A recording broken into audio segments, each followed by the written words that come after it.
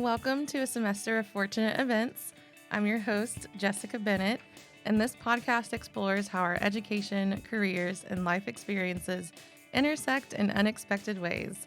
My own personal journey has been filled with a number of really fortunate events, but many of these moments did seem like challenges at the time and ultimately led to growth and opportunities. Today, I'm excited to share the airspace with a very special guest, Professor Anna Klyueva. I'm not sure if I said that exactly right, but I'll let you also introduce yourself.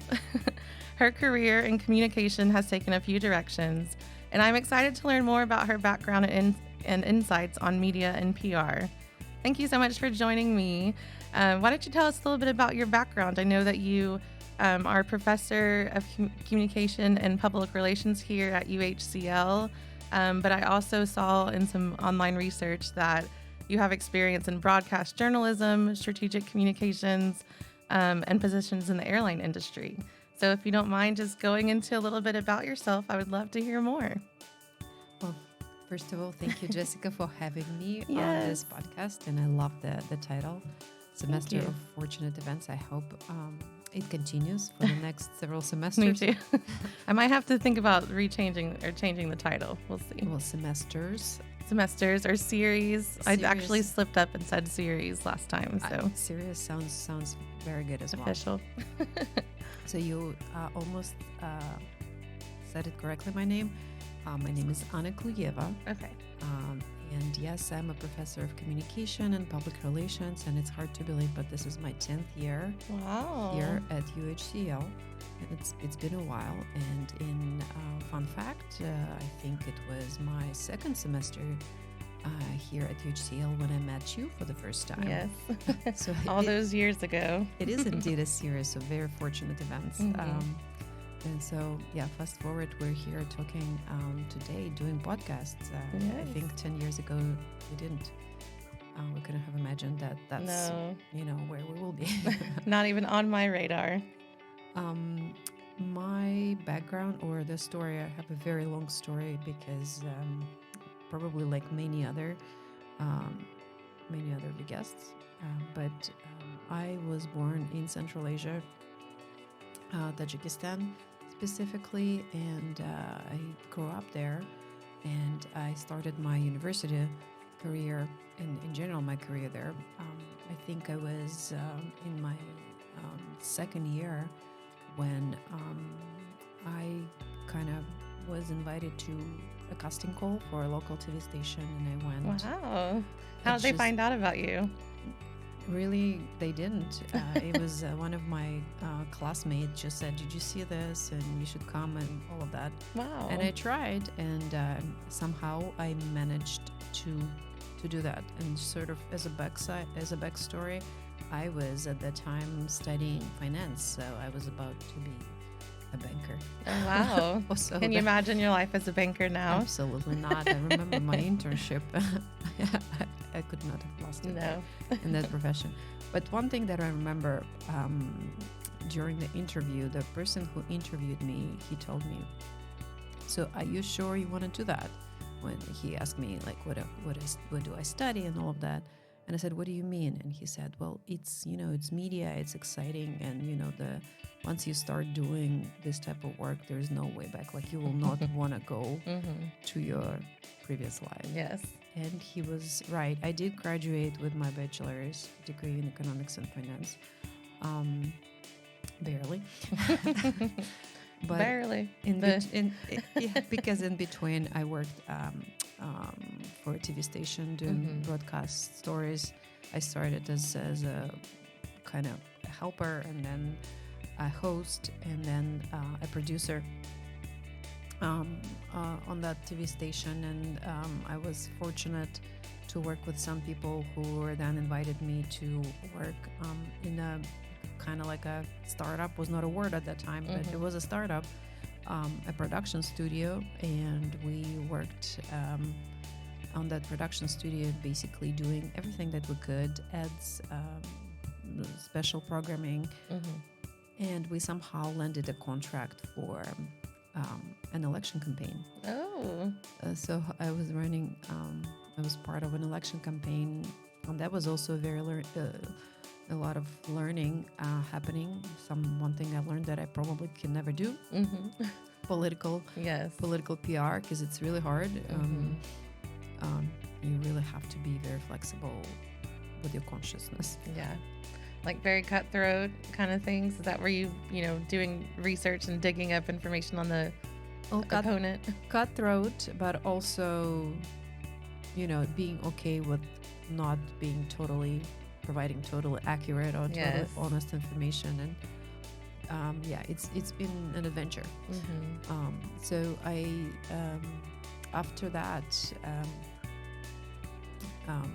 we actually, because that was a very big account that we worked at, we made a lot of money. That was enough for us to actually start building the first FM radio station in the region. Oh, wow. That's incredible. So we started a radio station, and it was also a wild ride, and it was an entertainment radio station. So it was a lot of fun to do, like to work with local aspiring artists. But it was, again, to survive. Well, I did a little bit of advertising, and also to survive, the radio station had to take suspicious clients and all of that. Yes.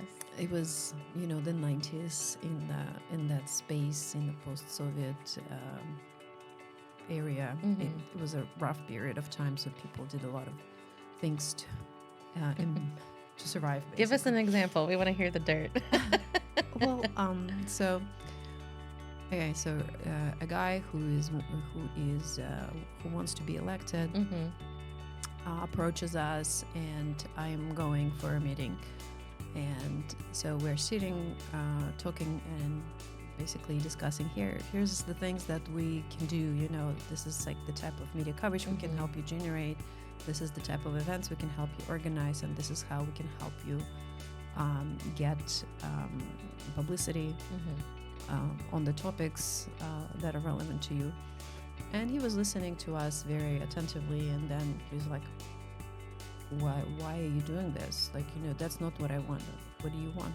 Well, did you hear about this guy who he just basically bought like a transportable sauna. He brought this sauna, like it's a sauna, but it's a Russian style sauna. We call it banya.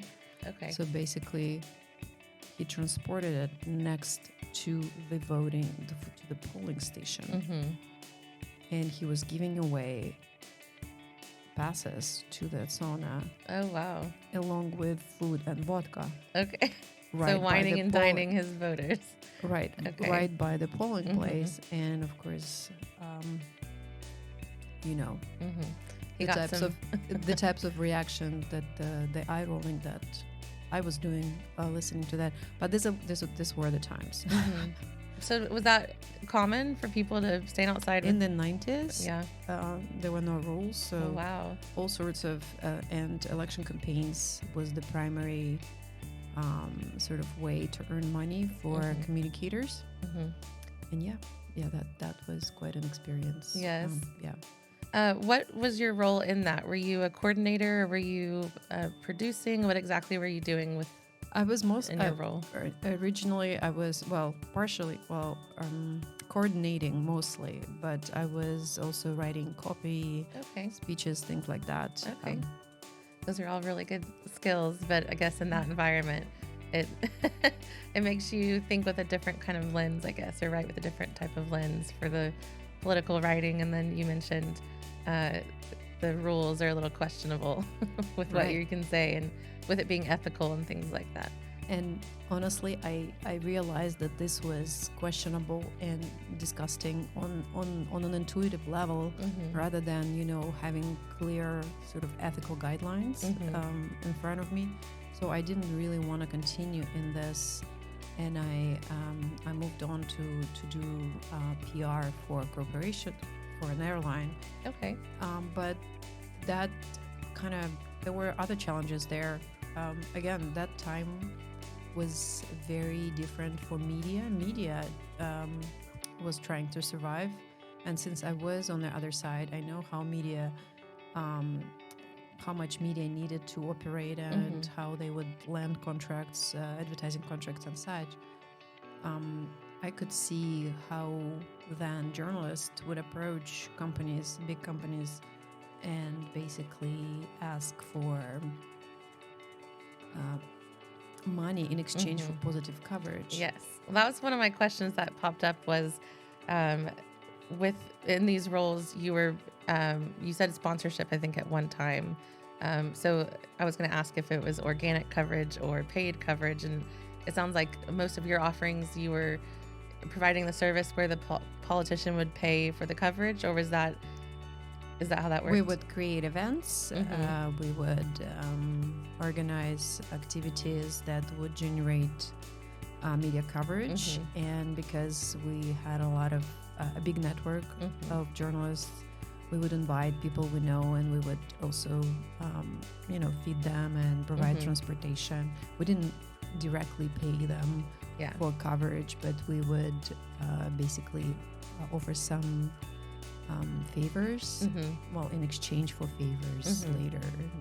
And so this is a separate thing, though. This is where they were, it almost sounds like blackmail in a way, or like bribery to, here's the fee for this type of coverage, essentially. Is that kind of how it was not necessarily institutionalized. Yes. It was very individual. And in fact, my experiences led me to study that particular area when I went to study in my grad school.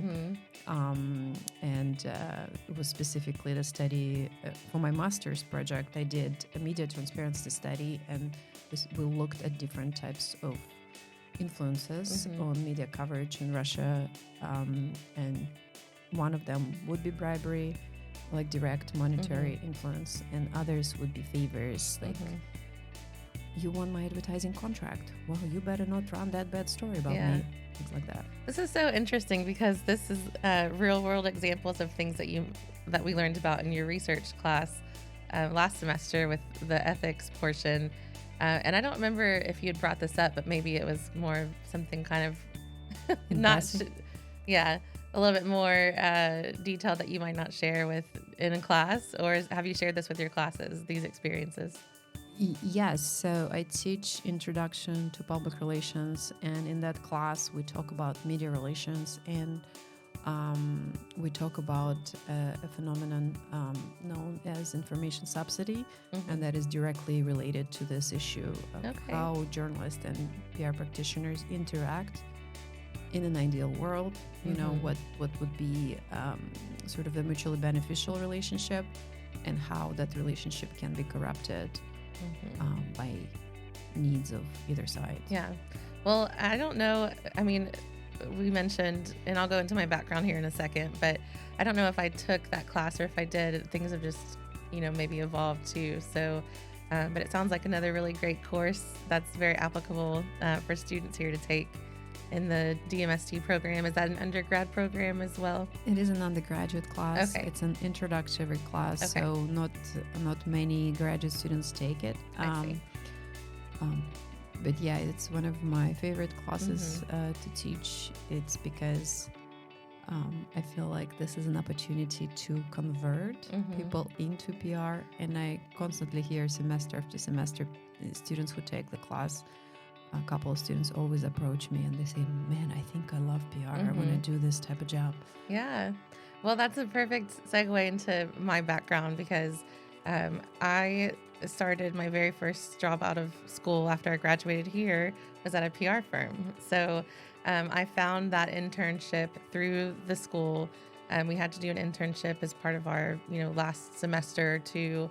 And at that time they had a whole packet of local companies that had internships that were partnering with UHCL.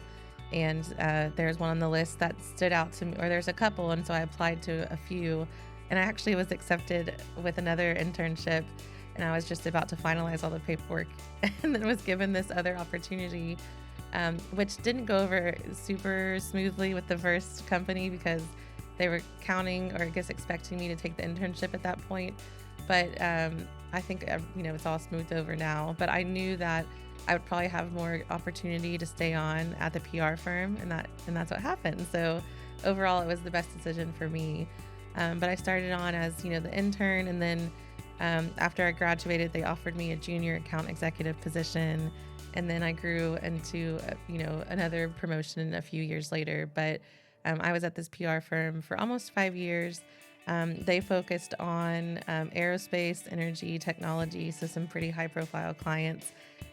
We worked with the space agency in Ukraine with this company. We worked with Blue Origin, which is owned by Jeff Bezos. We worked with Virgin Galactic, which is owned by Richard Branson. So some really high profile clients. And it was such a great learning experience for me. It was extremely fast paced and lots of work and lots of like crazy hours. And there was some crisis communications, a lot of it involved with our clients because they were all clients that had a lot of risks in their business. So that was a portion I didn't necessarily love because I'm not really a person who loves like hair on fire all the time kind of situation. Some people love it, not me. But I loved other things I learned there because I got to fly out to Washington, D.C. and host a press conference at the Washington Press Club. I think that's the name of it. And I landed an interview on Fox and Friends morning show with our client, Dennis Tito, I think was his name, who had a mission to Mars at one point, a planned mission to Mars. And so I helped land national TV coverage for that client as a brand new out of college student. It was super exciting for me. So lots and lots of great experience there.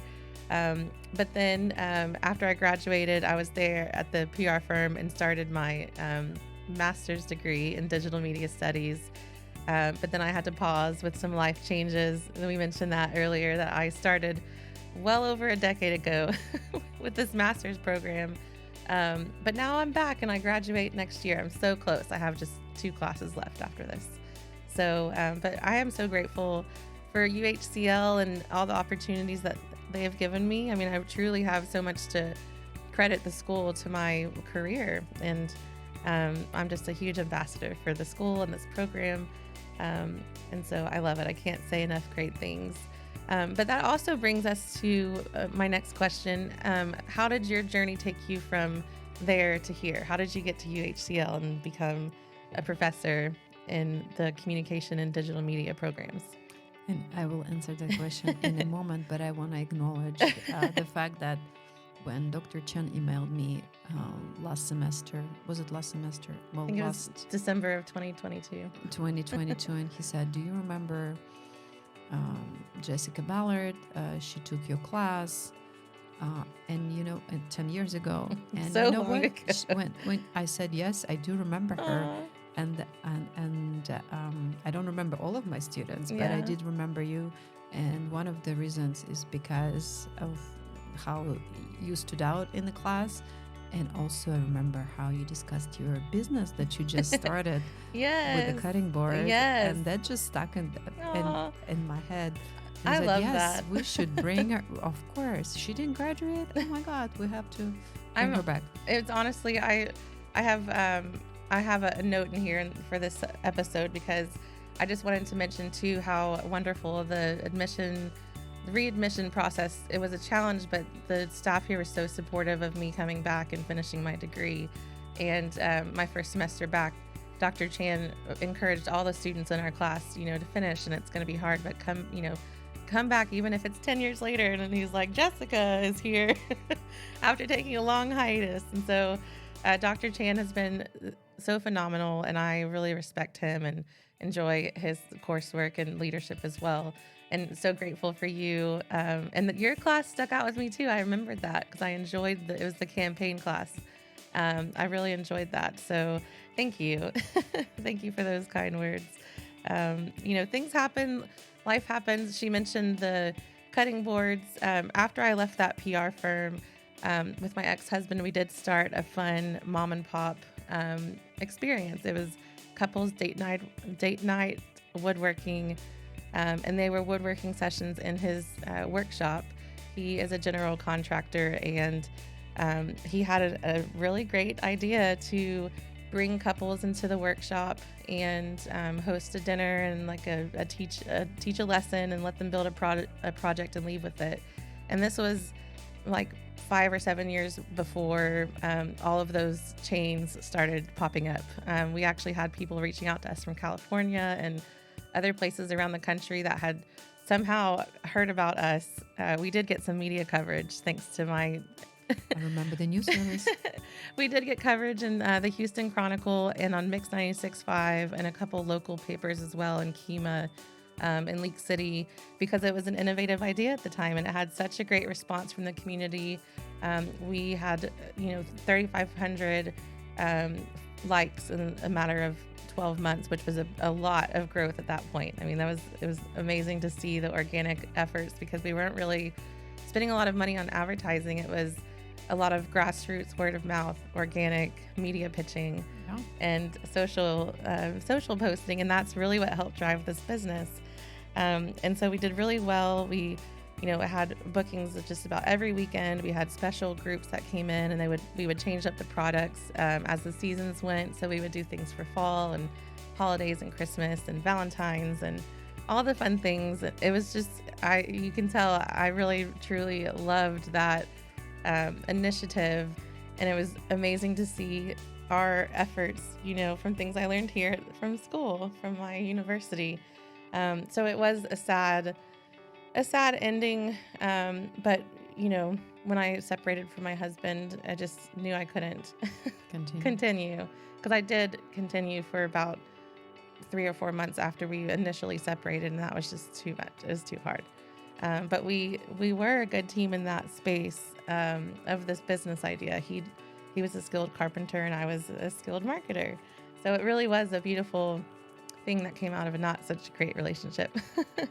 But that's one of those things that really makes an impact when you don't know how you might be remembered or, even impact other people just by knowing them, and the fact that I took your class and you kind of, I don't know, it's just very special that I stood out to you. So thank you. Yeah. But do you want to talk about, because I don't think you hit on about what brought you here? Specifically to Texas. Well, as I was working in PR in Russia, I realized that I sort of, hit the ceiling, and I wanted to learn more and do different things, I guess. Mm-hmm. And so I started looking for a graduate school, and I got accepted to the University of Oklahoma Gillard College of Journalism and Mass Communication. Wow. Which is one of the top journalism schools. I finished my master's degree, and as I was finishing my thesis, my advisor saw something in me, and she said that I should apply for a PhD program, which I never dreamed about. But the topic, I guess, was resonating. And as I said, I was writing about media transparency. Mm-hmm. I did research on media transparency. And so I applied and I was accepted, and I was stuck in my PhD program. So I finished my PhD, and I landed my first job at the University of Oregon School of Journalism. And I spent 3 years in Oregon before wanting to come back sort of this direction, partially for family reasons, also partially, mostly for the sunshine. The sweltering heat. Well, but yes, it is nice and sunny a lot. At that point, I didn't know about the sweltering heat and humidity, and I thought humidity doesn't bother me at all. It's I a really different needed kind sunshine. Yes. I really felt like I needed sunshine. And so, that's how I landed the job here at the University of Houston, Clear Lake. I remember arriving for an interview in October, and it was warm. And I was sitting in Dr. Chan's office, and I was looking out of the window, and I saw palm trees. And I said, palm trees. I want to live near palm trees. Well, you're in the right place. Well, here I am. Yes. And so do you like living here? Has it been a positive experience overall? Absolutely. Yeah. I met my community here. I love my colleagues. I respect them highly. Our faculty in our school is just amazing. How much they care about students, how much they achieve, the types of research they do. The history of the college itself also is very remarkable. with the women's studies program and all. The spirit of activism, and of course, when I joined, digital media studies was a relatively new program, and we were sort of developing it, and it's been really great 10 years. I have nothing to complain about. Well, that's wonderful. So actually, on the way here, I saw a large banner that had Bernard Harris on it.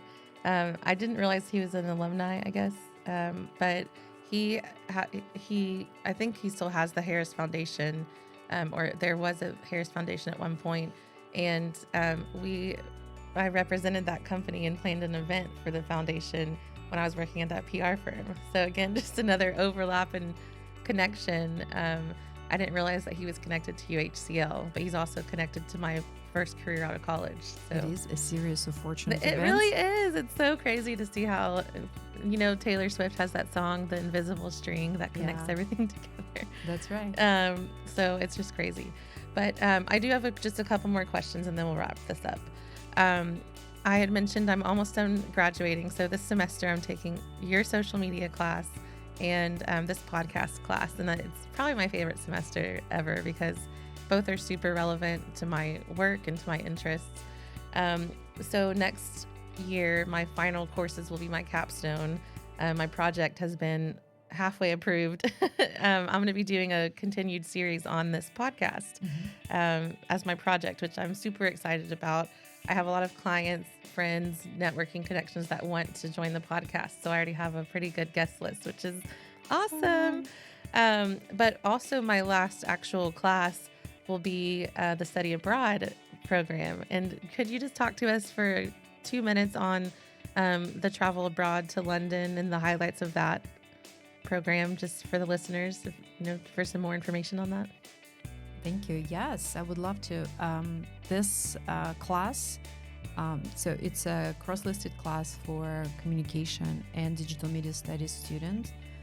For communication students, it is called Special Topics, Global Perspectives in Strategic Communication. And for domestic graduate students, it's called Branding Perspectives.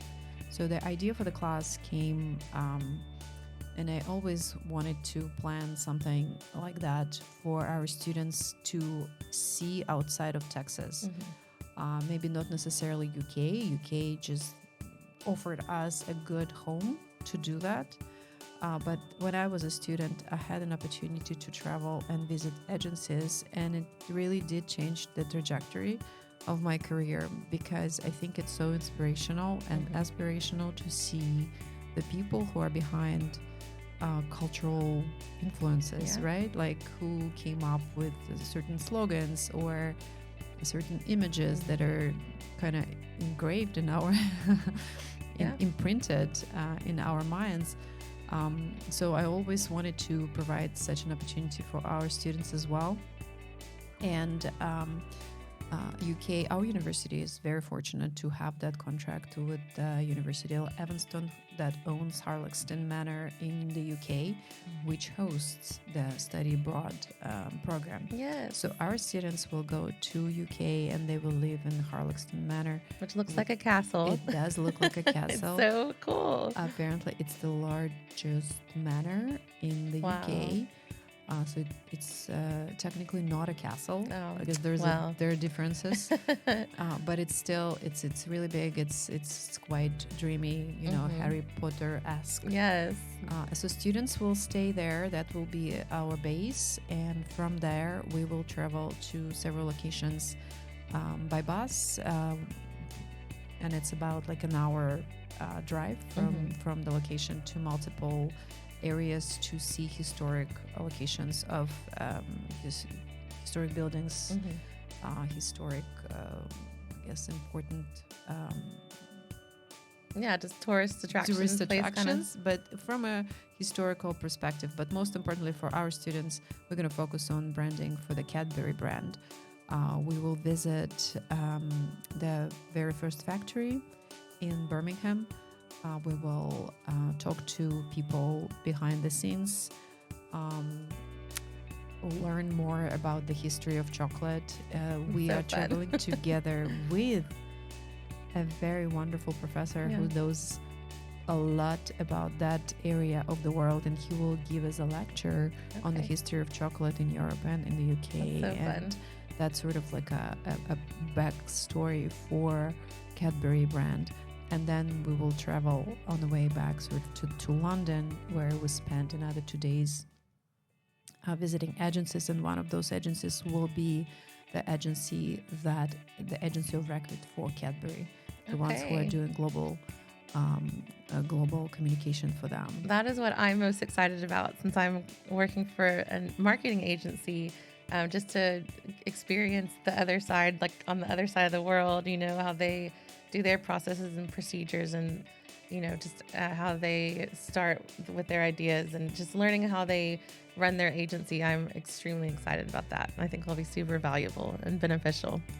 So yes, anyone who is in the DMST program or the communication program and you need an elective, I highly recommend signing up for this travel abroad. Do you know when the deadline is for them to sign up? Is it next year? So yes, so the early deadline is March 31st. Okay. Oh, and while this is you think, oh, this is far away. The earlier you apply, the faster you will get a scholarship. That will be, yes. So all UHCL students are eligible for a scholarship, and it is automatically applied to students' accounts once they apply to the program. Yeah. So you don't even have to do anything extra. Yeah. Well, I am so excited because I have never been to this part of the world. I've only taken a few trips out of the U.S., and my son will be graduating high school in February. So he'll be starting his next chapter, and I'll be looking for things to keep me busy and my mind busy. And so this will be such a wonderful learning opportunity and a fun travel experience for me. So I thought it was crazy at first, but I'm like, it's perfect. The timing's perfect. I won't be worried about who's watching him or just, checking on him, because he'll be taking care of himself, kind of, which is very sad. But, he's growing up, and that's what they're supposed to do. So, yeah. Well, just to wrap us up here, could you, a penny for your thoughts, do you have a quick story of something that was an unexpected event or challenge that turned into a defining moment or fortunate event that you haven't already hit on? Probably many, but I think one of the pivotal events was when my classmate told me to go audition for the broadcast, because I would never have done that. I never thought that this would be something that I will be doing all my life. But and that was your starting point. It was my starting point, and I remember distinctly when he said there's no way back, and I was like, what are you talking about? Yes, this is just a summer job for fun. So was it a challenging job, but it ended up starting this beautiful, new direction of your life? It was challenging because the late hours, but also it was a lot of fun. Yeah. And, when you're young, you're not as tired. And yeah. You can do a lot of things. Oh, my goodness, do I know that? Because, 10 years later, it's much harder to do everything. I'm just like, I'm definitely overwhelmed, but in a good way. So, well, thank you so much again for joining me. For anyone who may want to connect with you after they listen to this podcast, what's the best way for them to connect with you? I would say come to my office hours. Okay, or they could email you. Yeah, they can. I'll link your email me. Okay. Yeah. Okay, well, I will make sure to include her contact information in the podcast link. But thank you again so much. It's been such a privilege to have you as my professor and one of my first few guests for this podcast. For those listening, stay tuned. Our next episode will be featuring a friend and fellow student, Joy. She's in the communication program working toward her bachelor degree, and she finishes in December. So she's one. Joy. Joy.